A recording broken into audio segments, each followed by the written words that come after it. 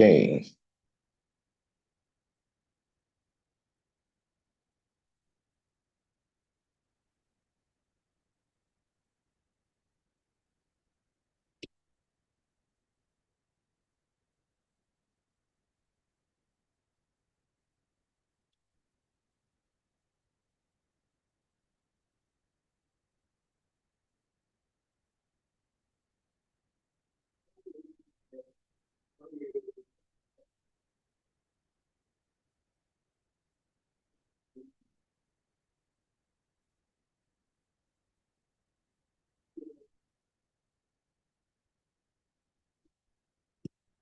All right, guys. So let's get back to work. So we say we have about 8 of them. And so the major tech eras, the very first one you see there is the mechanical era. This era actually happened, pre-1940s, all right, before, the 1940s. And what happened before that time? What do we mean by mechanical era? These were the times where they were using such things as gears, levers, and what's it called now? Mechanical computation. All right. When you hear about the abacus, most of you know about that, mechanical calculators and all of that. All this happened within that era. And as at that time, that was technology, right? People were excited that we could have a mechanical calculator. People were excited that, we could have something like the abacus to make counting and all of those things a whole lot possible or easier. That's technology. And then they moved to the second era, where you have the mainframe or vacuum tube era. What happened in that era was very remarkable. In short, that was when we had the first electronic computers. And in short, the first electronic computer, you have the ENIAC, and I remember the second one, but you have ENIAC and one other one. So these were, the electronic computers when we had the very first electronic computers. All right, this is the second era. We call it the mainframe or vacuum tube era, when we had the very first set of electronic computers. So we have ENIAC and UNIVAC, yes, UNIVAC. So these were the earliest electronic computers, and it happened in this era. People were excited. They were gigantic stuff that people saw at that time. Then we got to the third era, where you have the transition and mini computer era, the transistor and mini computer era.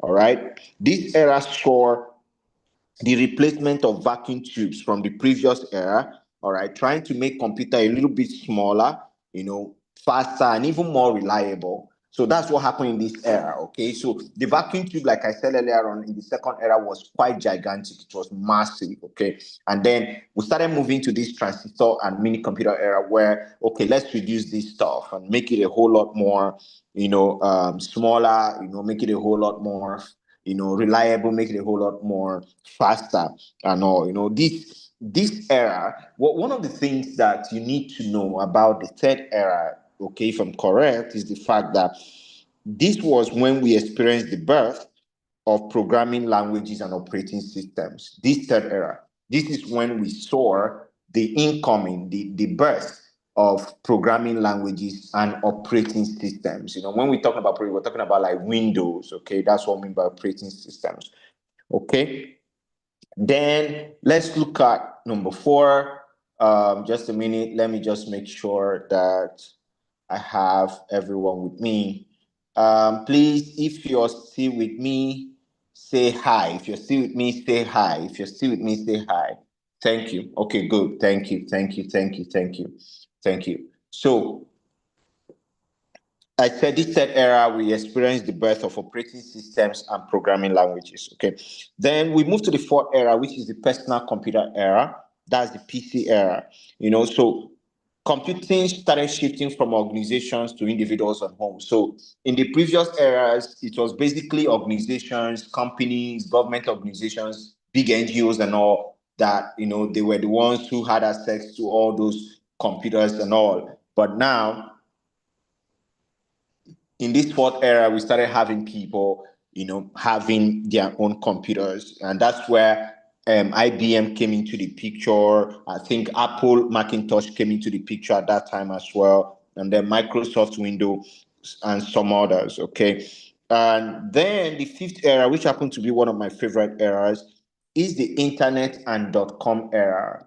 The internet and .com era. Okay, the internet and .com era, which happened between 1990 to the 2000s, it, that's where we experienced the rise of the World Wide Web. It revolutionized everything, the way we communicate, the way we do business, the way we share information and all of that.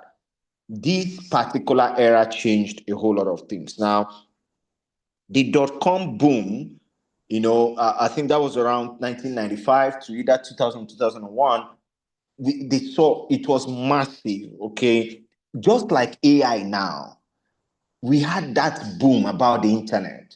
And some persons missed it as well. You know why they missed it? When I was doing my research, what I found out was the same thing that is going on now. And that's why a couple of days ago, I made a post on my socials and I said, people are making the same mistake they made even in the internet era. Everyone is just chasing shadows. Oh, let's go and generate picture. Let's go. I mean, what's up? Nobody's paying attention to say, what's going on? How can I build something long term? How can I become a real player in this AI space? See, once there is a revolution, once there is a new era in tech, if there's nothing else you're going home with tonight, go with this.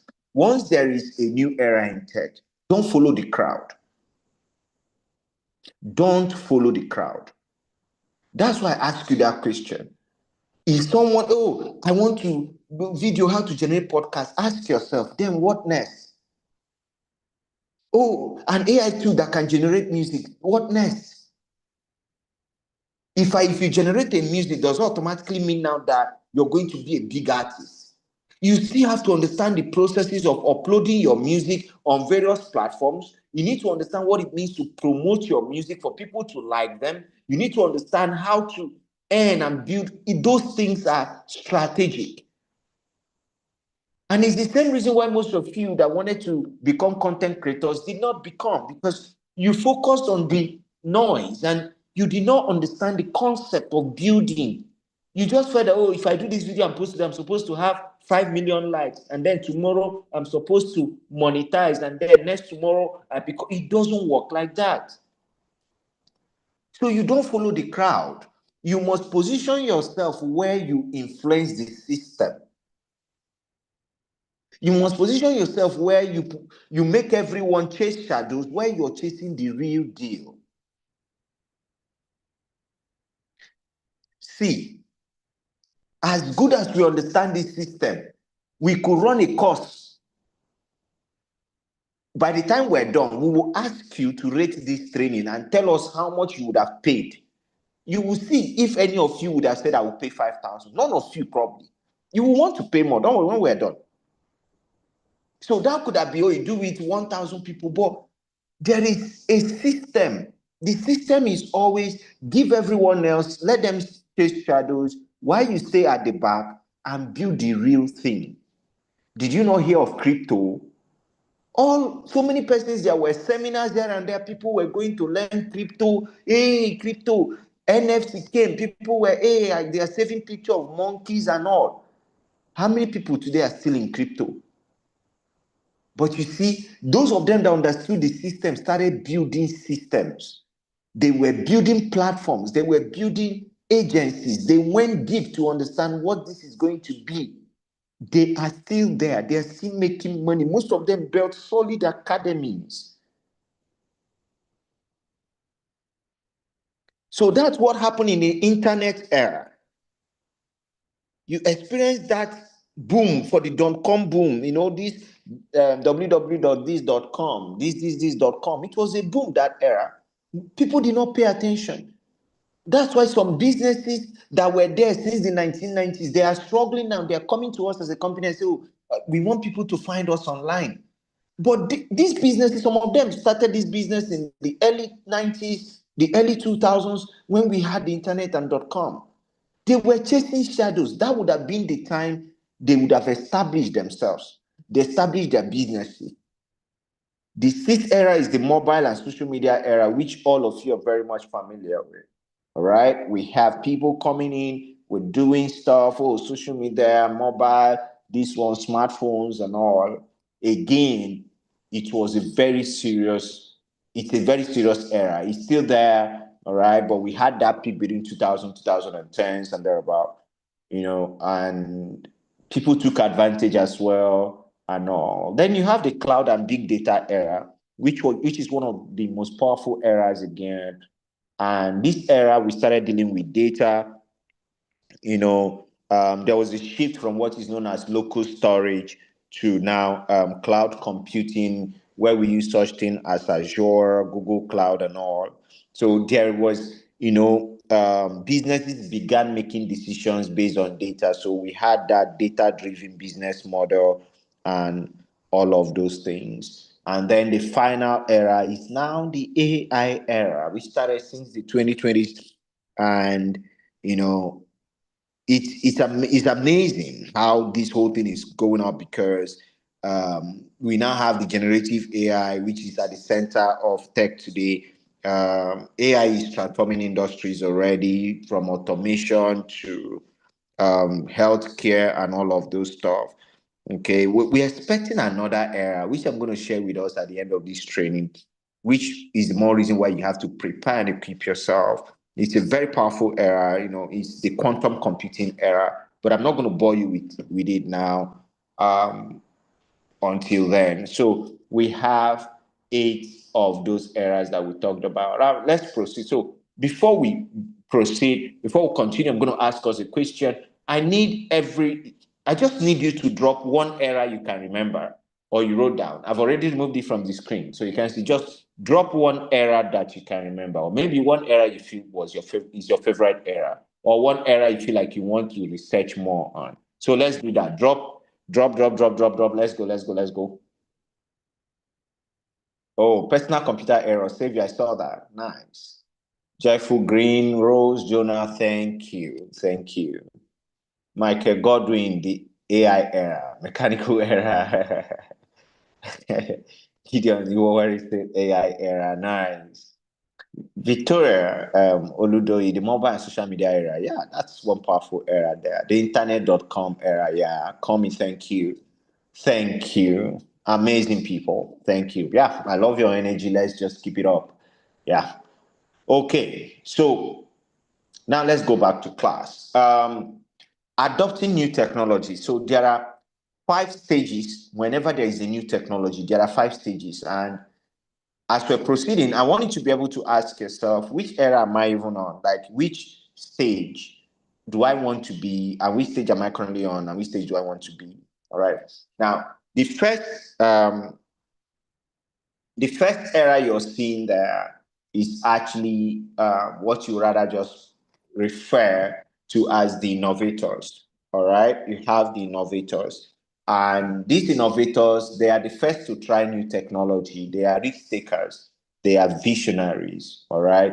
They try out new tech. They are the very first. They are like at the so they are visionaries. They're seeing the future of that particular technology. So they try it out and they start building things around it. When you're even thinking that what are they doing?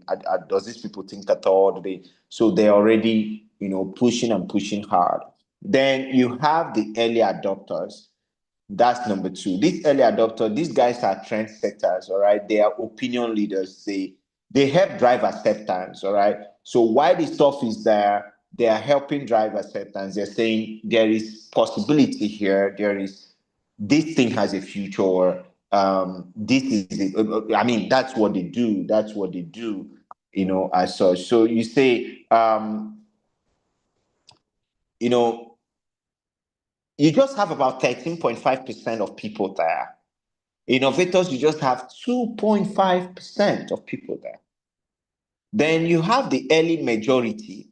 So these guys are careful adopters. So they adopt the technology after proof of value. Like after, okay, we've seen it, social media is working, businesses can be, yeah, so they adopt it. So they represent a large chunk of growth. Okay. But you have those we call the late majority. Now, this late majority, they are skeptical. They only adopt when it is now mainstream, like when it's already there. Like the people coming now, you see people that their businesses are over 15, 20 years. They're coming out to say, how do I get on this social media thing? They are late majority. They were there. They had it that early period, but they were skeptical. What's this thing? Yeah. So they are often influenced by pressure. Yeah, I'm happy I added that there. They are often influenced by pressure. Then you have the laggards, 16%. We call them the laggards. They are the last to adopt, very resistant to change. This set of people, they are very resistant to change. They will tell you anything. They will tell you it's antichrist. They will tell you, they're very resistant to change. They will tell you, oh, well, how will I do this one now? We're already used to this one. What will now happen to this one? Blah, blah, blah. They are very, very resistant to change. They will find every reason to tell you that it won't work, or that it should not be now, or that they can. And in most cases, they never, never, never embrace tech. In many cases, in very many cases, they never, never embrace tech. So you see 16%. Now, what does this tell you? This tells you that it's not everybody. Forget the noise. AI is doing it. It's a lie. The number of persons that know about AI is far smaller than the number of people that don't. There are still people like, what's this AI thing they're even saying? What are these? In short, I was with a VC of a university in Port Harcourt, River State here, and we're having a conversation, and there was a lecturer there. And one of the conversations he was having is about how students are using AI to do his assignment and all of those things. And I asked him a very simple question. I asked him, I said, sir, do you have a ChatGPT account? And he said, what for? That's a lecturer of a university. What for? So now imagine. So probably this year will pass by and he's not there. Maybe he might come in later next year, and some other lecturers would have gone ahead of him. Okay, he never asked, how can I use this? I mean, how can we adopt this? Even now that we're seeing some proof of value. Okay, so now I'm going to ask you two things. Which of these stages are you currently? And which of these stages do you want to be? That's my question. You have stage 1, stage 2, stage 3, stage 4, stage 5. Be very honest to yourself. Which stage are you currently on? And which stage do you want to be? So you give me two numbers. If you say 4 and 3, it means that you're currently in stage 4, but you would like to be in stage 3. If you say 3 and 2, it means you're currently in stage 2, but you like to. So like that. Let's see.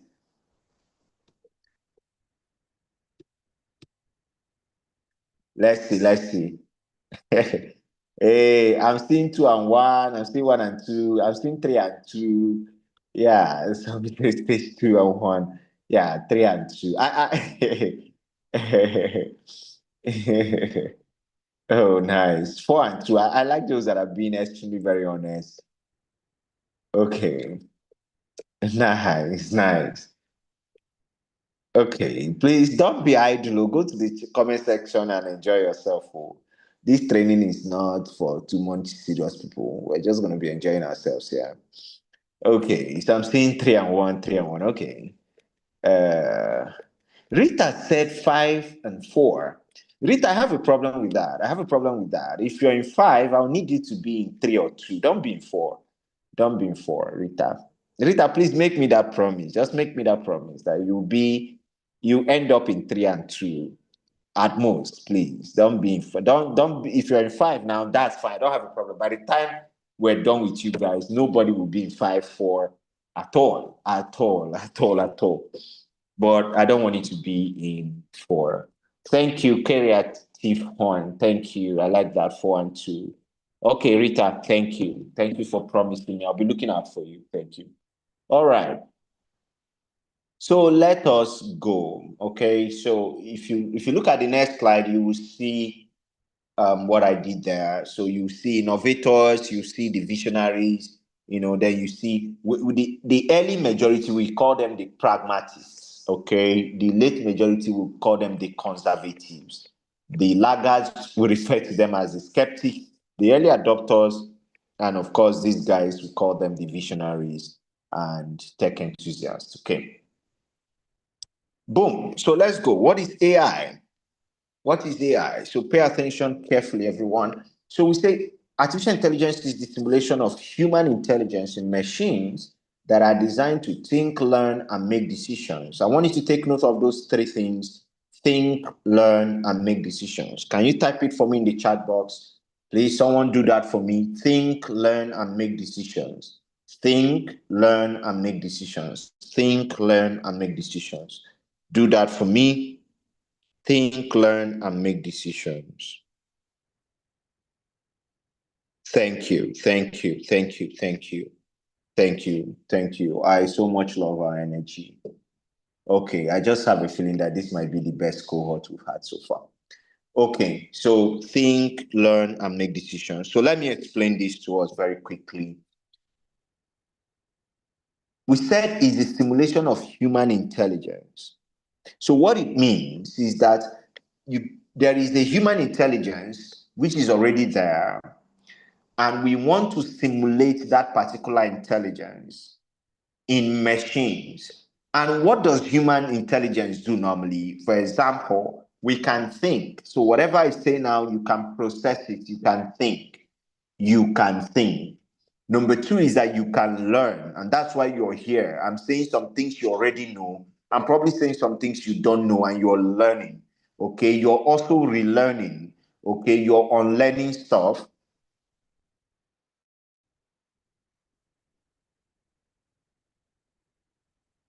Okay, so you're unlearning stuff. So that is the beauty of technology. Okay, that's the beauty of being human. All right. Sorry, but my other screen is trying to come up so you can see this screen again. But let's just proceed. So we said you have to, it has to simulate it so that it's designed to think, learn, and make decisions.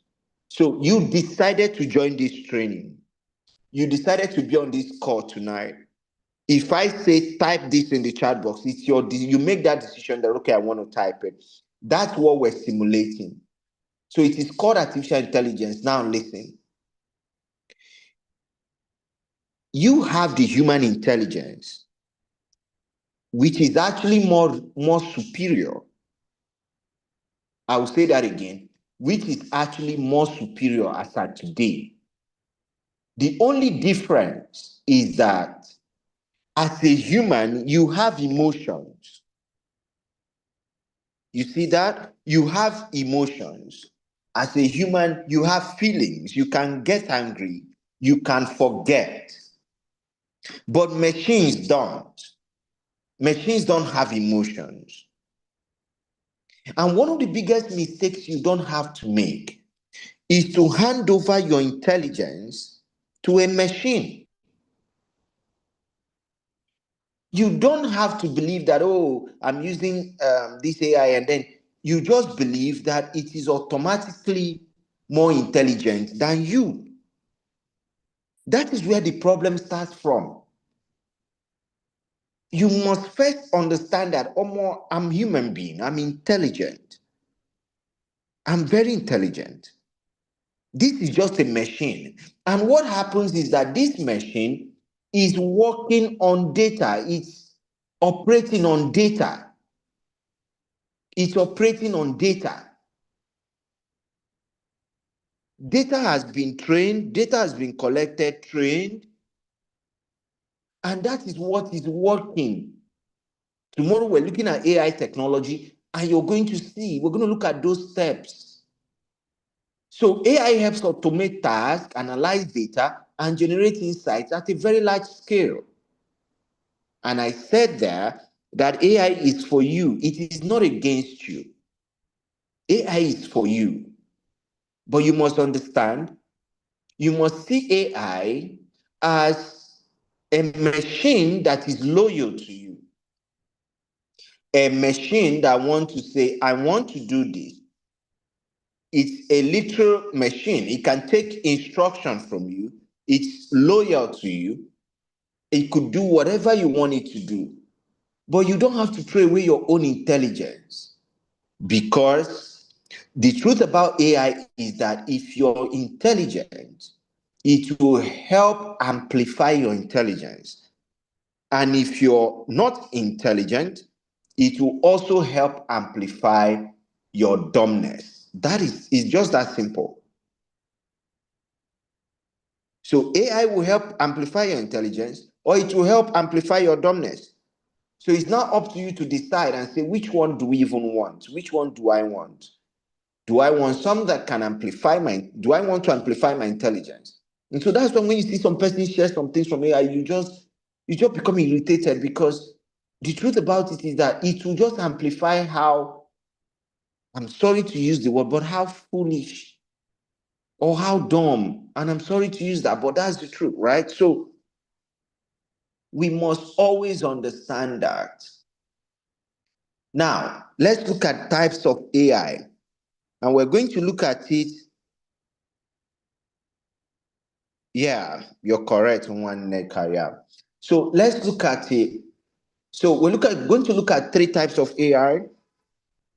Based on functionality, there'll be three types of AI. Based on functionality, there'll be three types of AI. Based on functionality, there'll be three types of AI. Number one, narrow AI. Number two, general AI. And number three, super AI.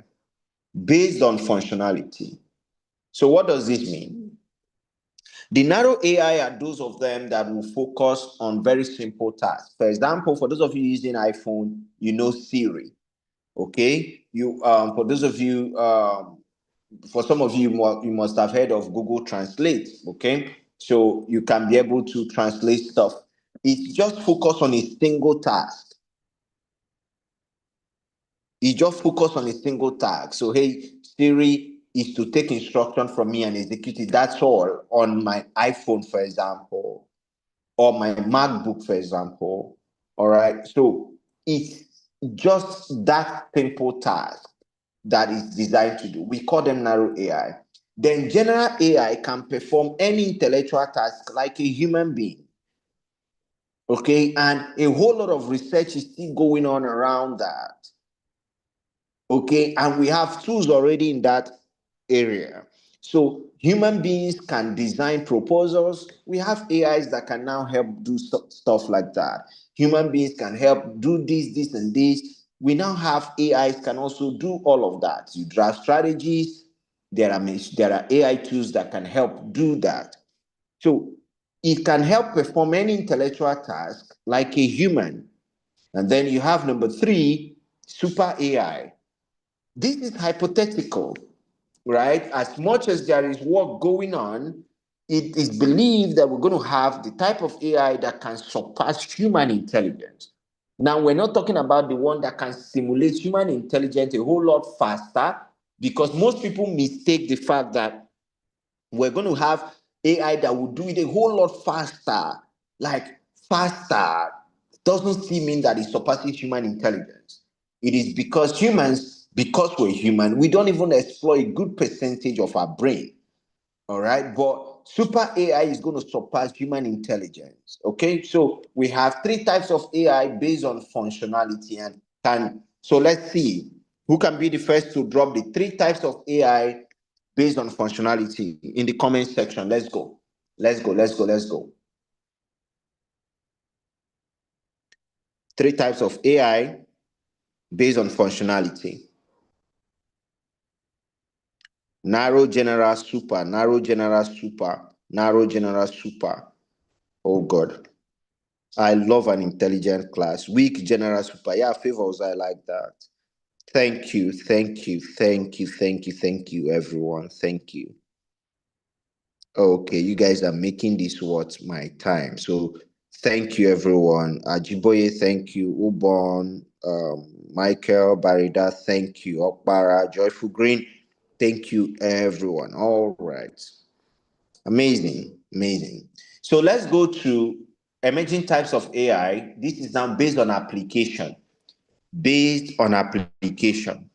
So we have the generative AI, like your ChatGPT. What these guys will do is to generate new content. It could be text, it could be images, it could be videos, it could be music, it could be codes. All right.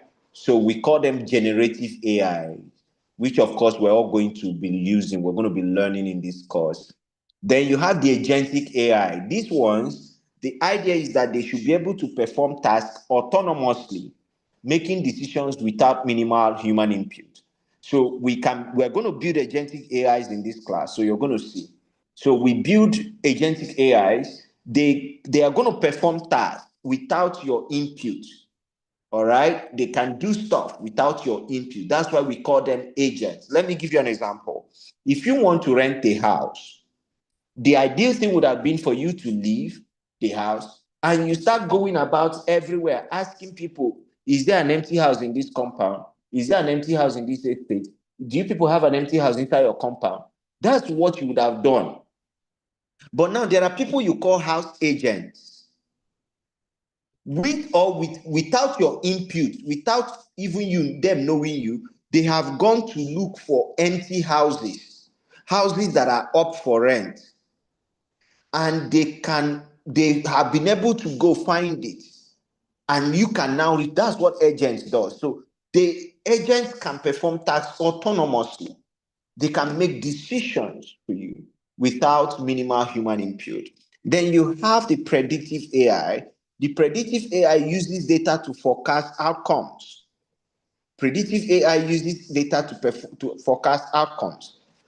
Example, stock prices as we see today, people are using AI to try to predict games so that they can play betting and all of that, okay? Weather forecasting. So that's what it's called predictive. Then you have decision AI. You have decision AI. So normally, you can use the acronym. I normally give the acronym GAP-D. So you can use GAP-D to remember the emerging types of AI. Can somebody write that down for us in chat box? GAP-D. So GAP, you put -D. G for generative AI, A for agentic AI, P for predictive AI, and D for decision AI, GAP D. All right. So those are emerging types of AI based on applications. Okay. Based on applications. Based on applications. So there are various practical sections. There are various aspects that AI now has been, that AI, is now very, very active, very, very, very, very active. You have such things as business and marketing, customer support chatbots, personalized ads, and sales. And these are the things I told you earlier on, okay, that people are not paying attention, and you must not fall victim as well. These are areas where the money is. Being able to use AI to solve real problems in healthcare, in education, in finance, in creative industry, in software development, in our normal everyday lives. It's not just about generating picture and videos. That is not just what AI is all about. That is supposed to be the least thing you can do. And that you just, okay, this is it. You must understand the business. So even if I'm generating picture and videos, what's the business around it? How long will this guy, how long will this thing last? If I just make 1,000 now from 100 people or blah, blah, blah, how long? And you watch some persons, it's the same thing. When crypto was there, they called people, they trade people on crypto. This one came, they did this one on this one. That's just their pattern. They don't build anything sustainable over time.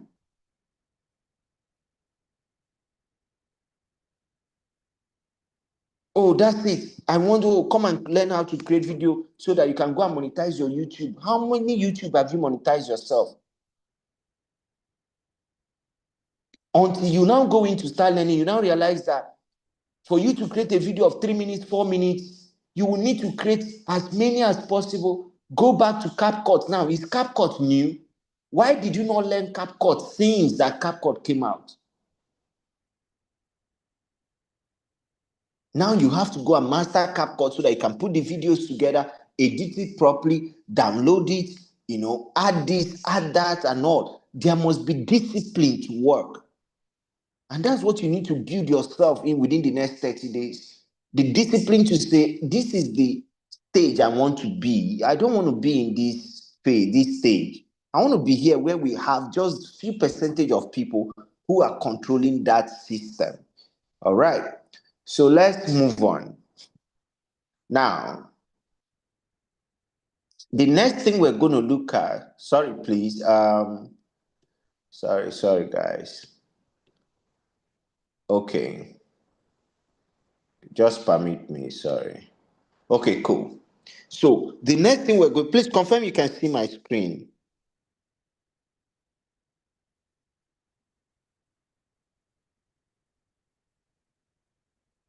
Okay, thank you. Thank you.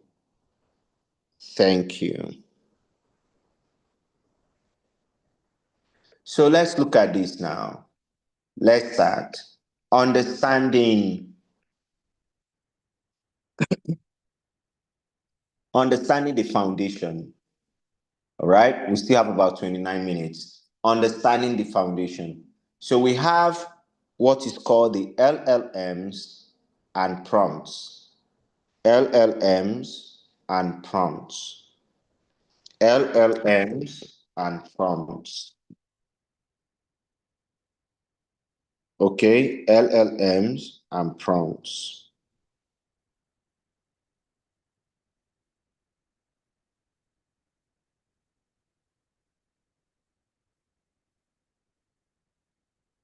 Sorry.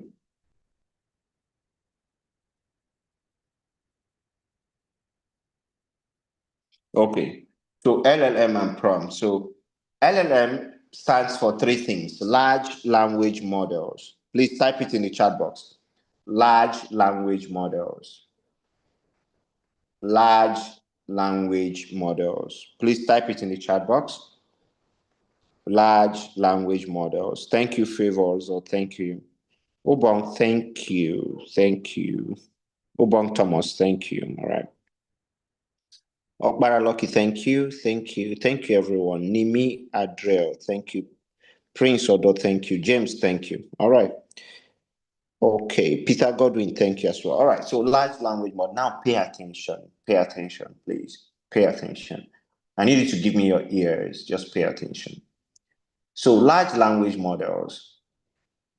What this simply means is that they've been trained on very large data sets of text and code. So this will give them their broad knowledge. Please, what is there is broad. Sorry, it's a typo, not borrowed. So it gives them their broad knowledge base and linguistic capabilities. All right. So you have very broad knowledge. Okay. So to have very, very broad knowledge. And that broad knowledge is coming from the fact that, we have a very large data set. Please, sorry, the screen will come back very soon. So you have a very, very large data set, and that large data set will help us to be able to, understand information. And what do we mean by data set, for example? Let me explain what data set is so that every one of us will have an idea. Let me explain what that means. So data set, for example, is if I ask everybody now to, give me your name, phone number, email address, age, gender, and all, and we're taking all of those things down, and we put it together, let's say in an Excel sheet. That's what we mean by a data set, okay? That's what we mean by a data set. And the idea here is that these particular data sets, they are very large. They are very, very large. They are massive as well. Then the second L stands for language. So they specialize in processing and generating human-like text. So these languages will be able to generate the kind of text that I and you as a human being can relate with. all right? The kind of test that I and you as a human being can relate to it. So they specialize in processing and generating human-like tests. They specialize in processing and generating human-like tests. The last thing is their models.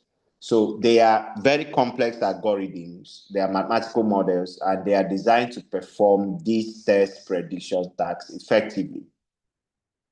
All right. They are designed to perform these test prediction tasks effectively. So they are very complex algorithms, very, very complex algorithms. So their job is to perform the test prediction task effectively. So you have the LLMs, L stands for large, the second L stands for language, and the third L stands for, the M rather, stands for model. Now, how does these LLMs think? So let's take, for example, ChatGPT is an LLM. How do they think? So pay attention. The first thing it does is that it collects your prompt. Okay, it collects your prompt. Okay, sorry, just 1 minute. Okay, so it collects your prompt. Okay, then it analyzes that input. That's your prompt. So when you give it a prompt, it will analyze that particular prompt that you've given to it. Okay, so think about it again. You have a prompt, you give it a prompt, it analyzes that prompt, which is your input. Okay, it analyzes, it has to break it down. That's what that means. It will have to break it down as much as possible. Okay, it will have to break it down as much as possible so that we can actually get something from that. So now just hold on a bit. Hold on, we're moving somewhere. Just stay with me. I want to show you something. Just hold on, guys. Wait a minute. Okay.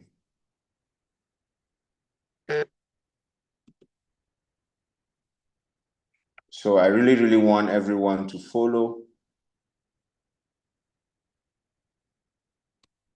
So I've given you an idea what LLM means. Let me take you and then let's understand prompt engineering, and then we continue with it. That's what I want us to achieve right away. Okay.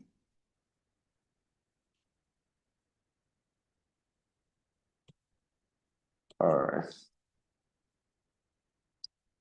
Okay. So let's look at this. Yeah. Emmanuel Christopher said my screen is not visible. Yeah, I know. Okay. So listen carefully. We're coming back to that element stuff, but let's quickly understand something, because now we're mentioning prompt. Let's understand what prompt is and all, so that we can go back to that. Now, what separates a frustrating interaction with an AI tool from a truly productive and insightful one is the quality of the conversation starter. And that conversation starter is what we call prompt. Listen again. I said, what separates a frustrating interaction, that we had a very frustrating interaction with an AI tool, from a very truly productive one, is the quality of the conversation starter. Is the quality of the conversation starter. And the conversation starter is what you call the prompt. All right. The truth about it is that, why did prompt engineering become a thing? Because there will be need for me to be able to guide my AI to give me what I want. I need a very reasonable output. And when people begin to feel frustrated with an AI tool, it is truly because the conversation that they are having, which is the prompt, is not actually as productive and insightful as they are going to have it. So when we go to an AI tool and we put in anything and we're expecting an answer, That is what you mean by a prompt, all right? Now, what is prompt engineering? Now, prompt engineering is the art and science of crafting effective inputs known as prompts to guide AI models, especially LLMs, which we just talked about. We're still going back to it very soon, towards generating output. Now, listen, this is where I want you to grab something as fast as possible. It is an art and science. And you know when they say something is an art, all right? Or when they say something is science, and you want to be able to craft effective inputs, and that's what we call prompts. And why are you creating it? You want to guide AI models, because I've told you already that these AI models are built on data. They've already been trained. So, but you want to do this to be able to generate an output. In other words, there is an expected output. And that is where your intelligence comes to play. That you're not just saying, whatever it gives me, fine, now I did. You're saying there is something I want and that I'm going to get that stuff. So you must be able to look at the output. So if we give it, it will also give us something. You give in an input, which is your prompt, you also expect an output. So the prompt engineering will involve understanding AI, it will involve structuring information, it will involve providing context, it will involve iterating and refining. These are the things that will be involved in prompt engineering. That I must understand the AI, understand how AI works at the core, and I'll be able to structure my information, providing context, giving it enough description. I should be able to iterate and refine because I want the best output. Because I want the best output. Now, why is prompt engineering so important? Because we want to be able to get superior results. We want to be able to boost efficiency. All right? We want to be able to save time. We want to be able to unlock creativity and exploration. We want to be able to navigate. We want to be able to navigate AI limitations. And that's one of my favorites. It means that as a prompt engineer, you're not just going to be like everyone else. You have to be, AI does have limitations. You have to get so good that you have to be able to navigate through those limitations. You have to get so good that you have to be able to navigate through those limitations. Okay? Please, is anybody, are you getting value? Are you learning something? If you are, just say yes in the chat box. Are you learning something so far?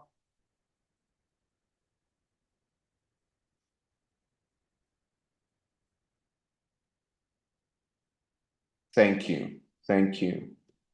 So now, I just wanted us to ensure that we're on the same page by understanding again what a prompt is and all. So now we can proceed. We can proceed very quickly with what we were saying. Sorry.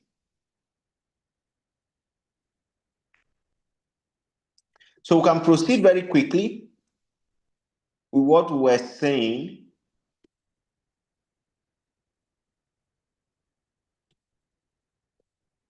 about LLMs. So we can do that now. Just give me a minute.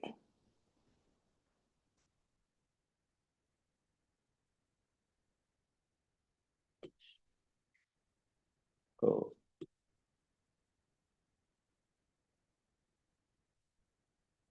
All right. Sorry, I want to share my screen again. Okay. So remember what we said earlier on, that how LLMs, who can remember what LLMs means? Because I know so let me see if that one is still in your head. What does LLM stand for?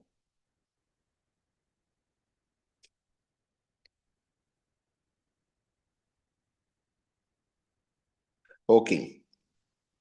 Thank you. Thank you, Favozo. Thank you. Thank you.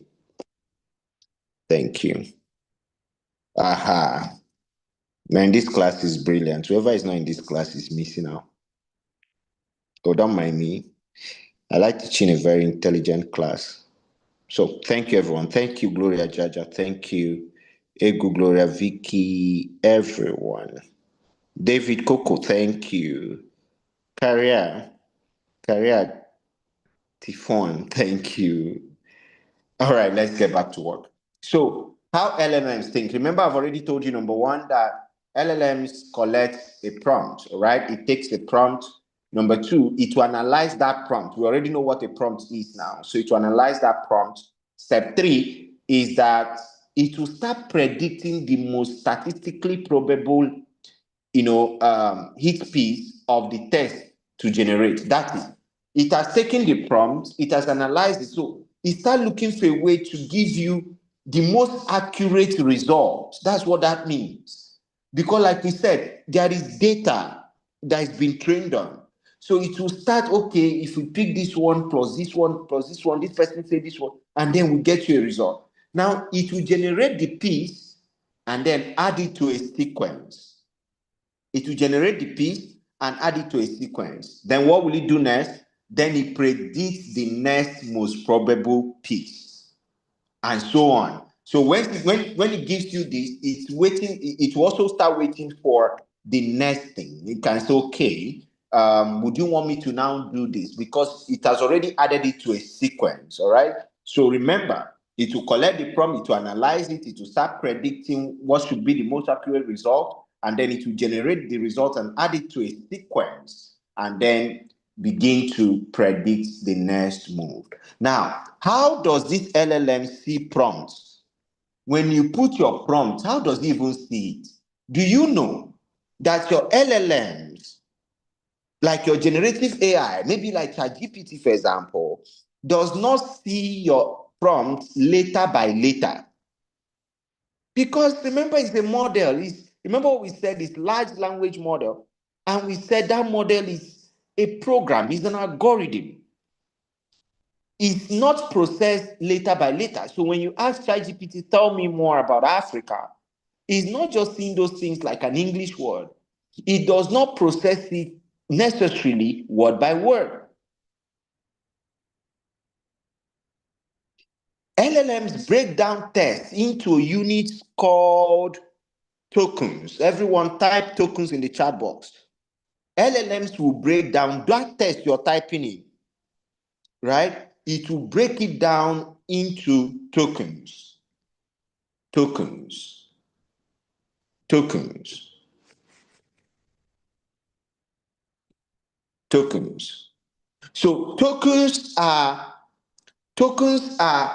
common sequences of characters found in text. Tokens are common sequences of characters found in text. So they can be whole words. They can be the whole words.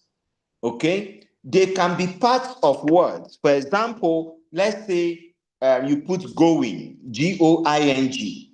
So it could be go and ing. So, or it could just be ing. So it could be part of words, and they can also be punctuations. So they can be whole words, they can be part of words, and they can be punctuations. And that's why we said that you do not assume that once you type in that it's seeing everything letter by letter, word for word. No, that's you. You're a human being. You're the one that knows English. The LLM will break it down into its own language. And that is what we refer to as tokens. And you don't know, you can't say for sure. So for that particular prompt you sent in, it will take some as whole words, it will take some as part of words, it will break some down and take the words in part. And of course, it could also be punctuations. It could also be punctuations. Now, why do you think tokens matter? Please listen carefully. Listen carefully. Why do you think tokens matter? Tokens matter, one, because of two things: processing and limits. Processing and limits.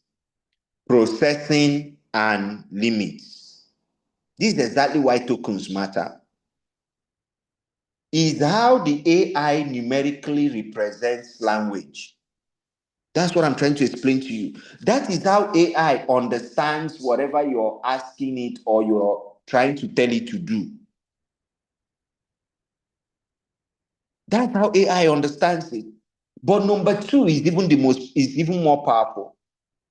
See, LLMs have a limit on the number of tokens they can consider at any given time. At any given time, LLMs, they have a limit on the number of tokens that they can consider at any given time. Most people don't know this. And that is why there is something called hallucination. So someone will tell you, my AI at the time, as I was typing, I was just saying, it was saying something else. Me, I was saying another thing, it was saying something else. Yes, it is because of this thing. This limit is called context window. Context window. Context window. Please type it in the chat box so you don't forget it. Just type context window. Context window. Context window. Context window.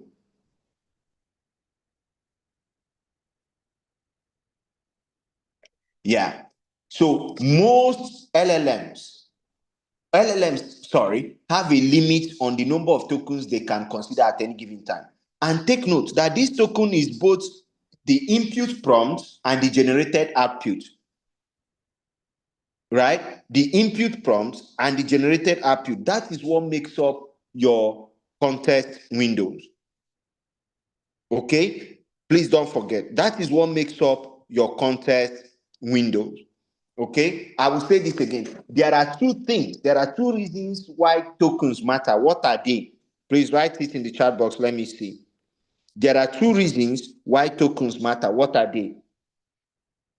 Type it in the chat box. Do so we can wrap up. There are two reasons why tokens matter. What are they?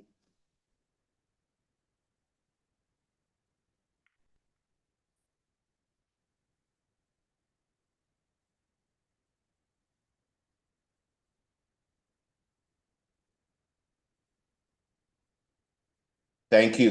Come on. I want to make sure everybody got it. This class is super intelligent. Nobody wants to fail it. That's good.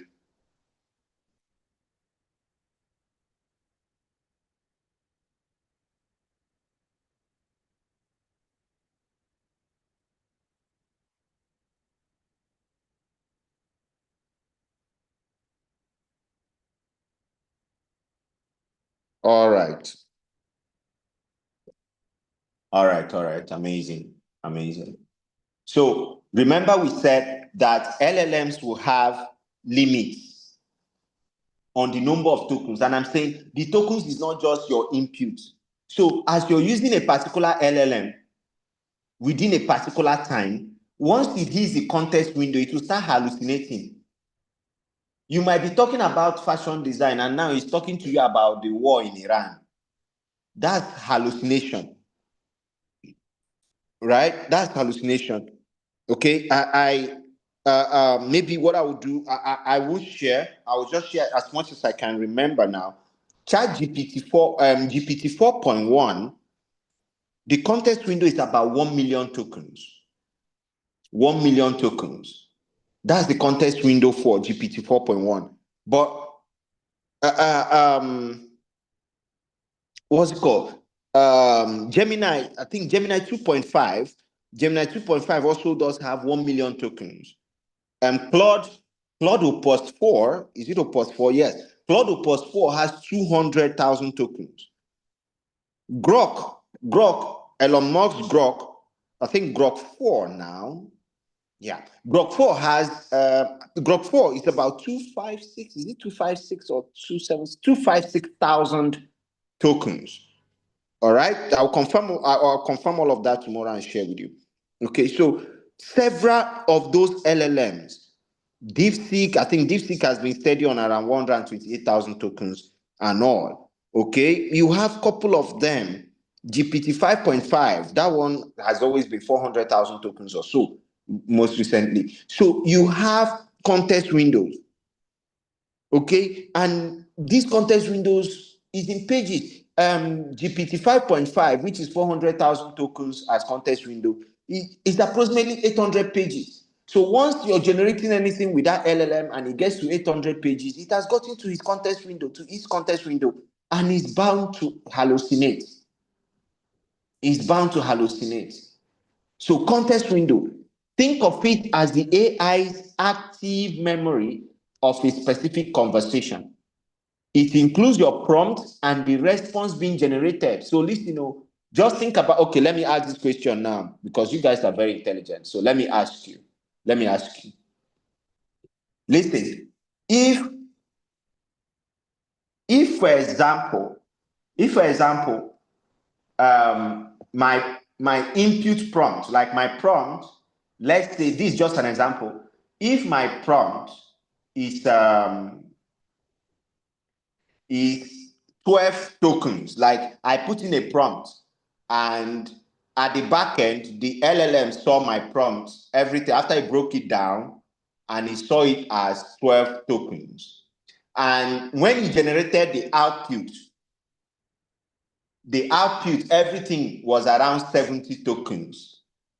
What do you think is the total number of tokens? Is the total number of tokens the 70 or my 12? What's the total number of tokens?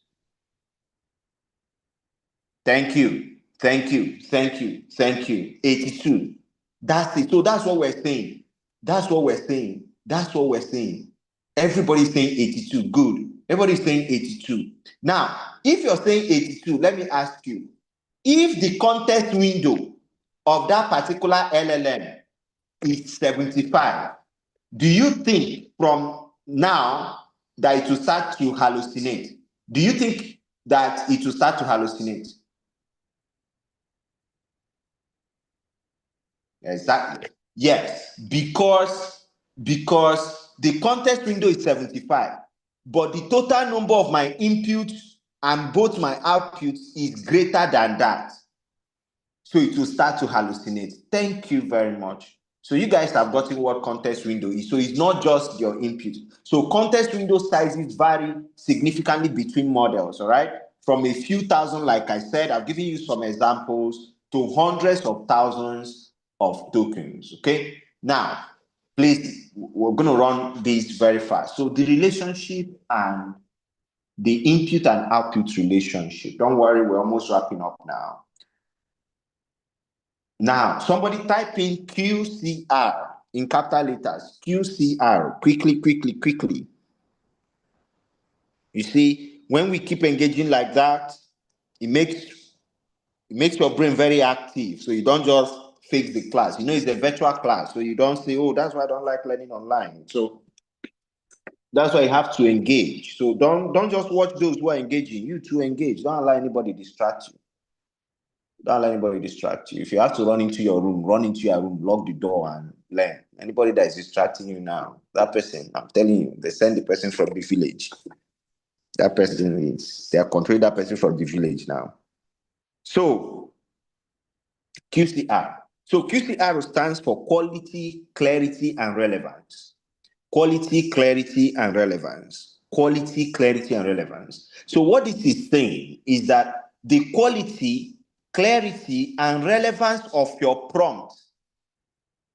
Listen, the quality, clarity, and relevance of your prompt directly and dramatically impact the quality, clarity, and relevance of the AI's output. In other words, the QCR of your prompt directly and dramatically impacts the QCR of the AI's output. The QCR of your prompt directly and dramatically impacts the quality, clarity, and relevance of the AI's output. So you cannot just blame the AI. It's not giving me what I want. No, it means that you are not asking the right things to give you what you want. So if you want quality, you must give quality. If you want clarity, you must give clarity. If you want relevance, you must give relevance. So the quality, clarity, and relevance of your prompt is what will determine the quality, clarity, and relevance of the output that you actually want. And that's why I told you that don't ever think that the AI is more intelligent than you. You're super intelligent.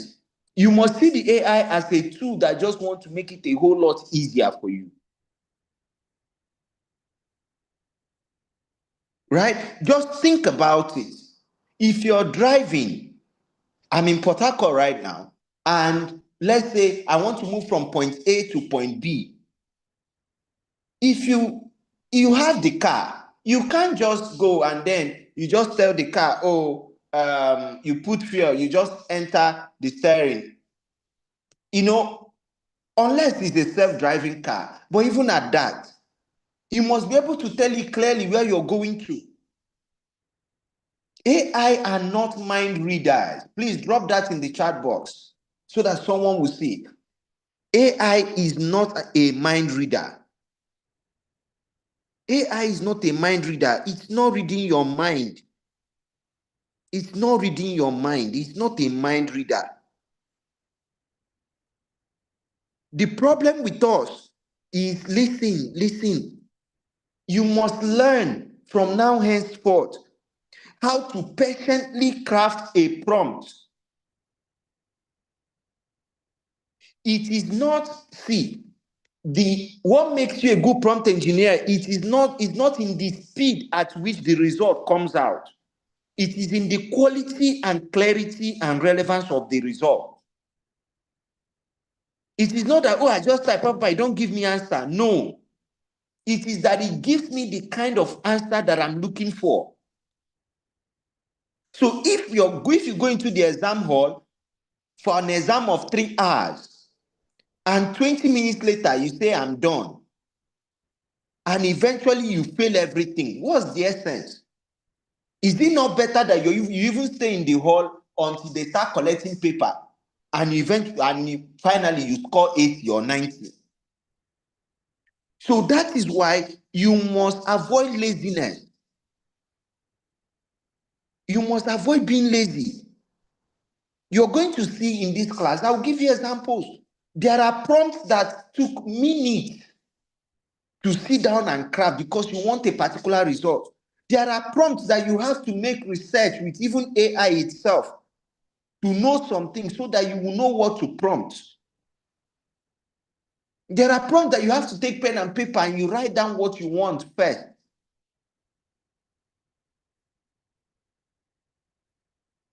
So there is no such thing as prompt engineering without the output.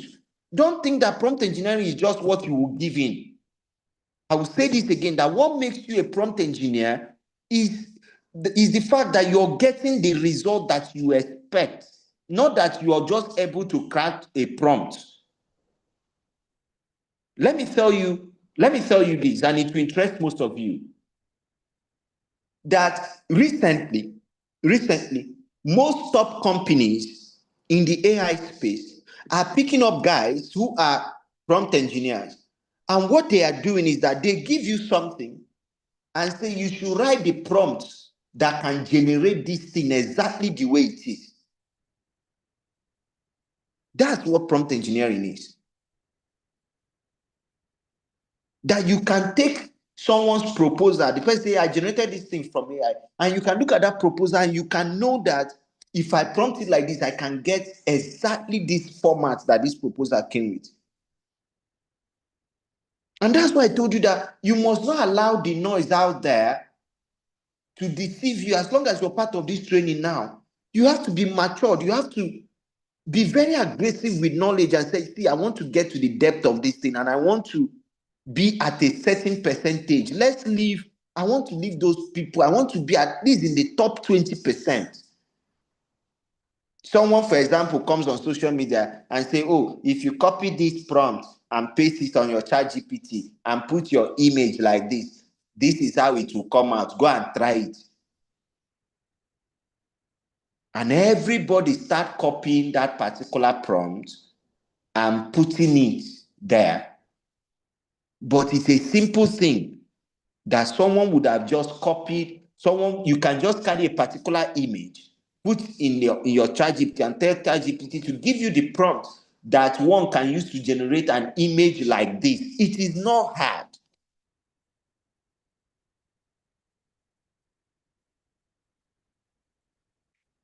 And that takes us to GIGO, garbage in, garbage out. So if you provide a vague, ambiguous, or poorly structured prompt, you are likely to receive a vague, generic, or unhelpful prompt. If you provide insufficient context, the AI might make incorrect assumptions or fail to grasp the nuance of your request. If you don't specify the desired format, the AI might give you a dense paragraph when you needed bullet points. So it's garbage in, garbage out. So it's garbage in, garbage out. All right. So, yeah. So, guys, let's see. If you have a question, now is the time before I make a very important announcement.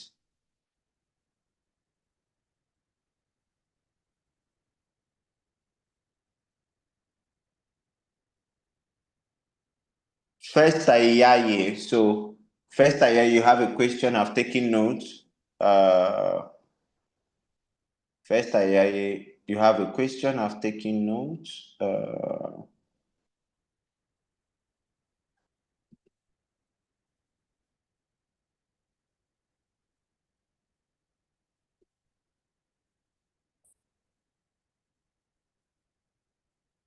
Just a minute, please.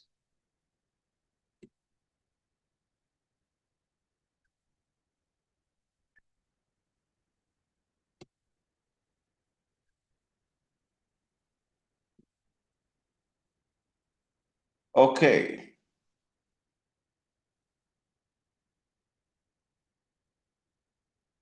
I'm coming. So I want to see all the people with questions.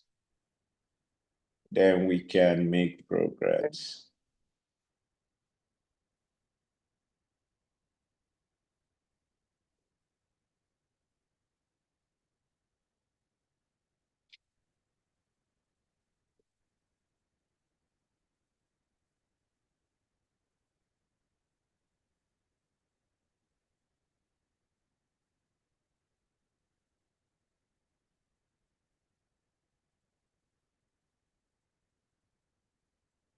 Okay.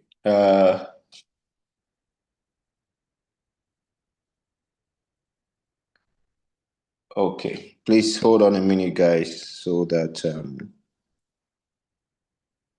so we'll continue from this. So just hold on, so we can be able to take questions. I want to unmute these individuals who have questions now. Okay.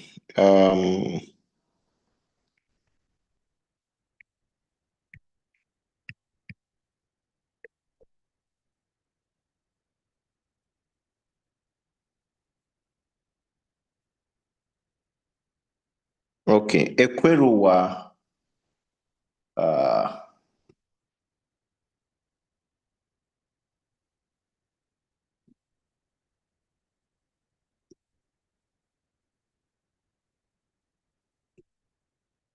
Ekweruwa Gabriel, I'm asking you to kindly unmute and ask your question quickly, please.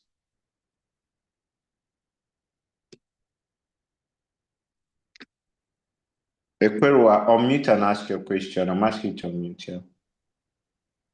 Okay, good evening, sir. Yeah. Okay, thank you for the privilege, the time, and the opportunity for handling this lecture. It's really an honor to sit and hear from you. So my question goes, how will someone dive into prompt engineering because this is actually the basics I know, which is more similar to more like computer appreciation, like it's almost like a back view knowledge. So or I saw a similar question on the comment section, like how to calculate the prompt token and that. I don't know if you actually come into that, but how can one know the amount of prompt, amount of token a particular um AI tool is meant to carry out, like it's All meant right. to have. Okay. So it's very simple, right? For most tools, you will not be able to. You can't see. That's why I said I think tomorrow I will share with us a list. That's why I was giving you some. Just that by virtue of, like, of course, we do these um, all the time, and of course, for some companies, we're already we we do stuff for them. Some top AI companies where in their communities where we help them test their product and drive their campaigns and all. So we can know, and that's why I could know some of those numbers. So that's why I say, for example, GPT 4.1 is about a million tokens. Grok 4 is about 256, is it 256 or 276, but around that range. Okay. GPT 5, 5.5 rather, it's about 400,000 tokens. You don't know for most of them. Just that for some, you might see it, like they can just put it on their interface that this is the number of this thing. For example, Google AI Studio, you could see the number of tokens, but for some, you will not know. And once you get there, all you need to do for most times is they will tell you, okay, you continue the next day about 24 hours and all of those things, and then you could continue. Why for some, you might have to, subscribe, or you might have to start up another chart. Okay, you might have to start up another chart and all. So it's not something you have to start say, let me start calculating their tokens. No, no, no, that's not relevant at all. That's not relevant at all. Okay, please, sorry. Let's take Nimi now. Please, if you can also drop your question in the chat box instead, so that will be fast. Let me take Nimi now.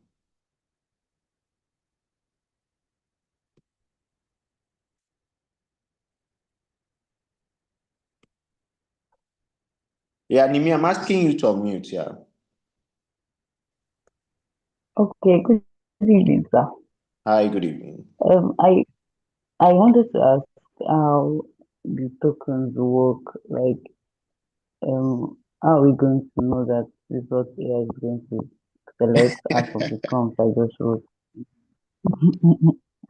Yeah, so I think that's what Gabriel asked us, and that's what I'm saying. In most cases, you will not know.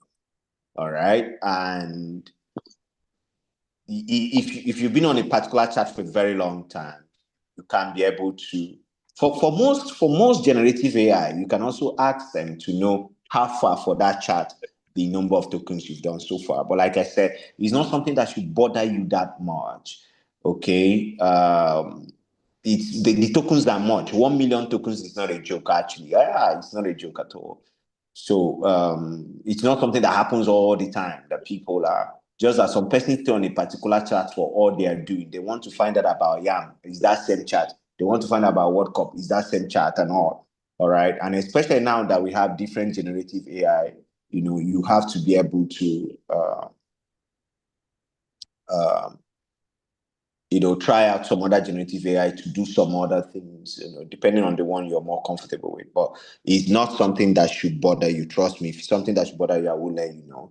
Okay, someone is asking if you're uploading an image. No, no, that's not. It's like you said, you don't know how that particular element breaks this token. You don't know. I've said that earlier on. You don't know how it will break down your input as a token. You can't know that. Okay. Emmanuel Ayomide. Let's see.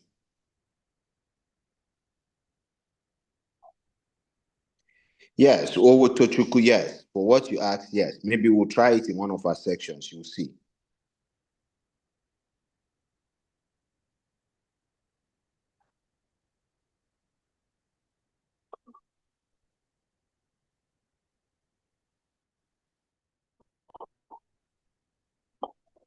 Barinada said, "Sir, please, I'm lost. My network logged me out." So it's okay. You just go back on YouTube and watch it.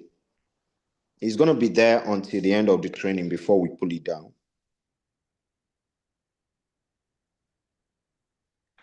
So let's go to Temi Olua.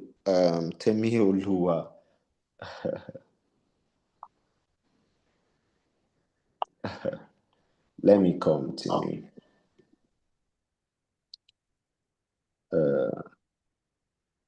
Okay. She said someone already asked. Okay. All right.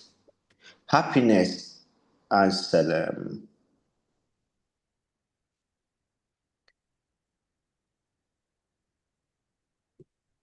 Happiness.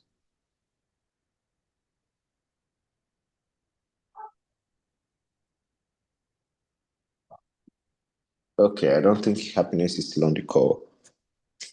All right, guys. Please listen carefully. Odia Damiete, I gave an example. Your ChatGPT is an example of an LLM. Okay, so it's running on an LLM. So they are all LLMs. They are the model on which most of all these things are working. GPT-4, GPT 5.5, Llama, all of them, they are all LLMs. Okay, so please listen. Listen. Okay, first, Ayaye, let me see that. What did your question say now?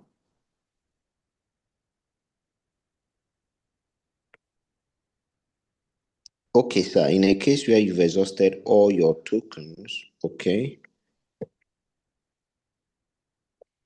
In a case where you have exhausted all your tokens, and the AI starts hallucinating from the first time, can you remind the AI to follow the latest conversation and does not? Well, the truth about it is that the answer to that is no. Telling the AI to follow the latest conversation does not reset the context window. Please, if you're in the chat box, go and check that question that Yaye asked. It's a very brilliant question. Very, very brilliant question. Very brilliant question. Right. So, like I was saying, you can't just go back now and tell the AI, so please, now that we're back, go back to our latest conversation. No, it will not reset the context window, okay? Because let me see. Okay, let me explain to you again how the context window works. Every message you and the AI exchanged is more like it's written on the whiteboard. Just know that, like, it's written on the whiteboard. Once that whiteboard is full,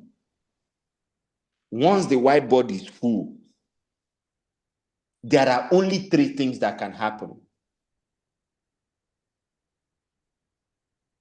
It is either the oldest messages, we delete the oldest messages so that we can make, most of you went to school now that used whiteboard now, or even marker board now. So let's imagine that you're in a school, even a university, with those long boards. Now they started writing from the left to, we're writing on the board. Now we're on the right. We still have more notes. What do? You will not clean from this new one. You go back again and start cleaning from the old one. So that's also what happens in your context window. One of the possibilities is that your previous charts, the early ones, can be wiped off. Do you understand? So those early information, those oldest information can get ahead. Someone says late, God bless you. So it can get erased. Do you understand? So that it can actually make room for new messages. And that's actually how many chat systems work. But another possibility could also be that the system can summarize the older parts of the chat, of the conversation, before it continues. You can just summarize the older parts. And remember, in summary, you just pick some things and leave out some things. So that means some information can also be missing. But I think another possibility, of course, is that the whole conversation can become less reliable because important details, you've already lost them. You've already lost them. So it's the same thing. So if we have a whiteboard, if you have a whiteboard now that have taken 200,000 tokens, and that is the contest window. If you now tell it to ignore everything before and only follow the latest conversation, even the instruction itself might only take just 10 tokens. It will not magically just create another 200 tokens or anything of that, all right? So it will not reset that token count. No, it will not. And thank you so much for that question. That question is very, very intelligent. And that's why I said you must know how hallucination happens. So, you can always have hallucinations when those earlier messages, keep falling out of the context window. So now you know how the hallucination will happen because the early messages, they are falling out. We're cleaning it from the board. Do you understand? So if you come into the class late, let's say we're in our class now, a lecturer gave someone notes to copy, for example, on the board. I'm just using that as an example. Okay. And you weren't in class. We started copying the notes by 10 a.m.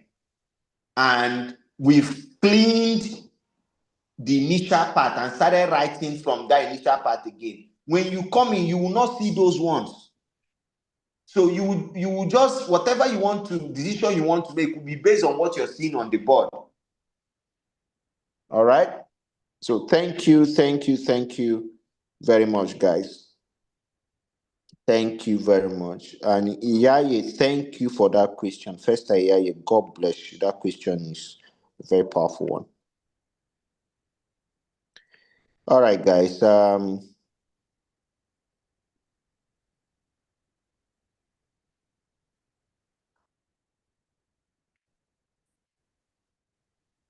So, well, the truth about it is there are ways you will see, there are things that we're going to do to help you ensure that your AI is always active when you're prompting. You're going to see all of that. So just be patient. Okay, Summer Queen, you might have to chat me up directly. So I'll reply to your message with my WhatsApp number. So WhatsApp me so we could confirm if you registered. If you registered, yes, they will send you the link to the WhatsApp group. Okay, so send me a message on WhatsApp. Summer Queen, I've sent you my message. I've sent you my number. All right, guys, please, I don't want to keep us any longer here.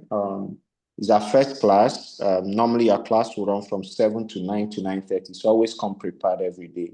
Like we told you, it is a high intensity class. We did not gather you here to play. And this training is free. Doesn't mean that we are going to waste your time. If we wanted to charge money, we would charge money and people will still pay. We're one of the most influential tech ops, so people definitely trust and know what we do. And so because it's free, you're going to get value. So now it's up to you to decide if you want to make it count. So always come prepared. Know that these 30 days will come and go, whether you like it or not. So it's what to do with it. So imagine you just settle and say, you're locking in for these 30 days. Let me see how far these guys can take me. And at any point, if you find that you're not getting value, you just stop. It's not anything, right? All right, guys. So please take notes. Number one is that if a link will be dropped, please don't sleep, because that link, I don't play we don't play with attendance. So you don't come tomorrow and say, hey, I was in class, they not put me in any project group, they did not give me certificate. I beg you, please don't sleep. I know most of you are feeling sleepy already, but just stay awake a little bit and get all those things. A link will be dropped.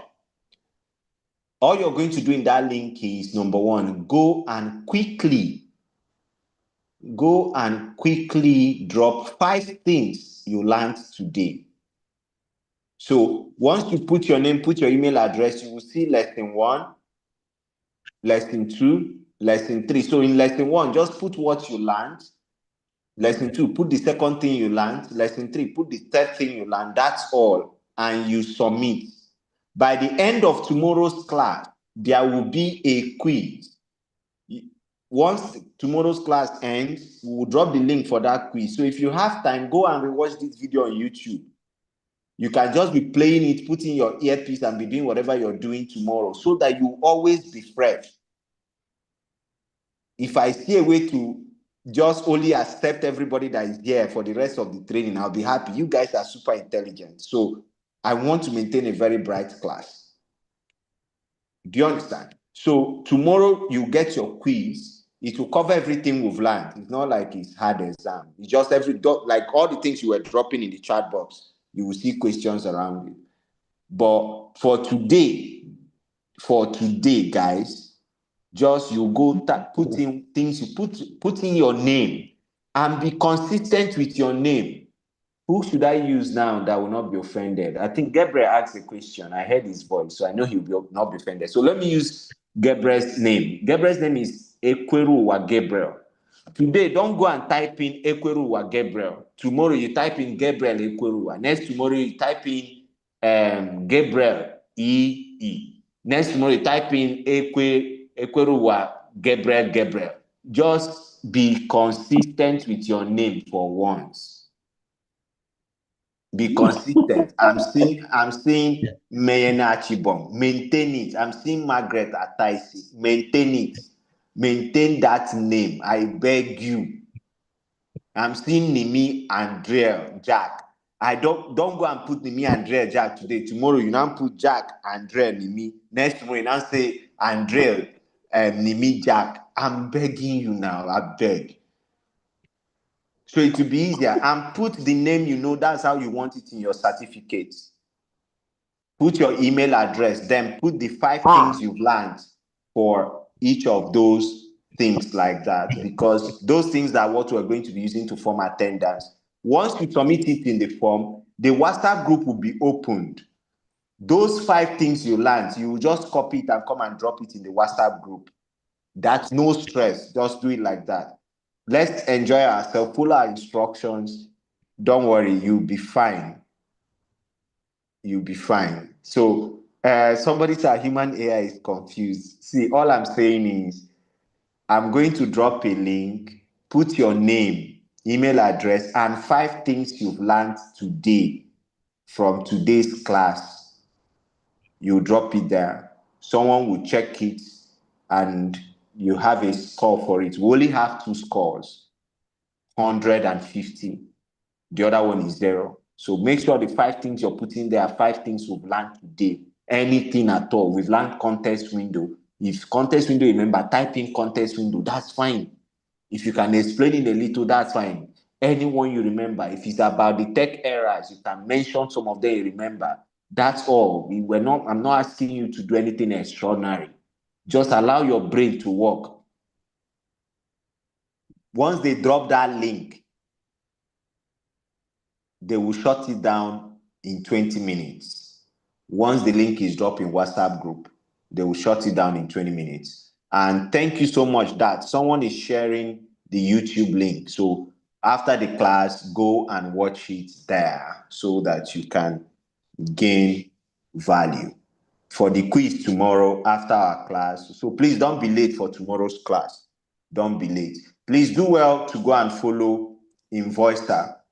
I beg you, so that tomorrow, when you want to collect a certificate, they will not say show me screen, but go and follow them. Let's support them, please. All right, we're family now, so let's support them for supporting you guys for this training. So thank you guys. Do have an amazing evening. It's 9:30, which is actually our official closing hour. I'll see you guys on the other side tomorrow. Do have a wonderful evening. Bye-bye.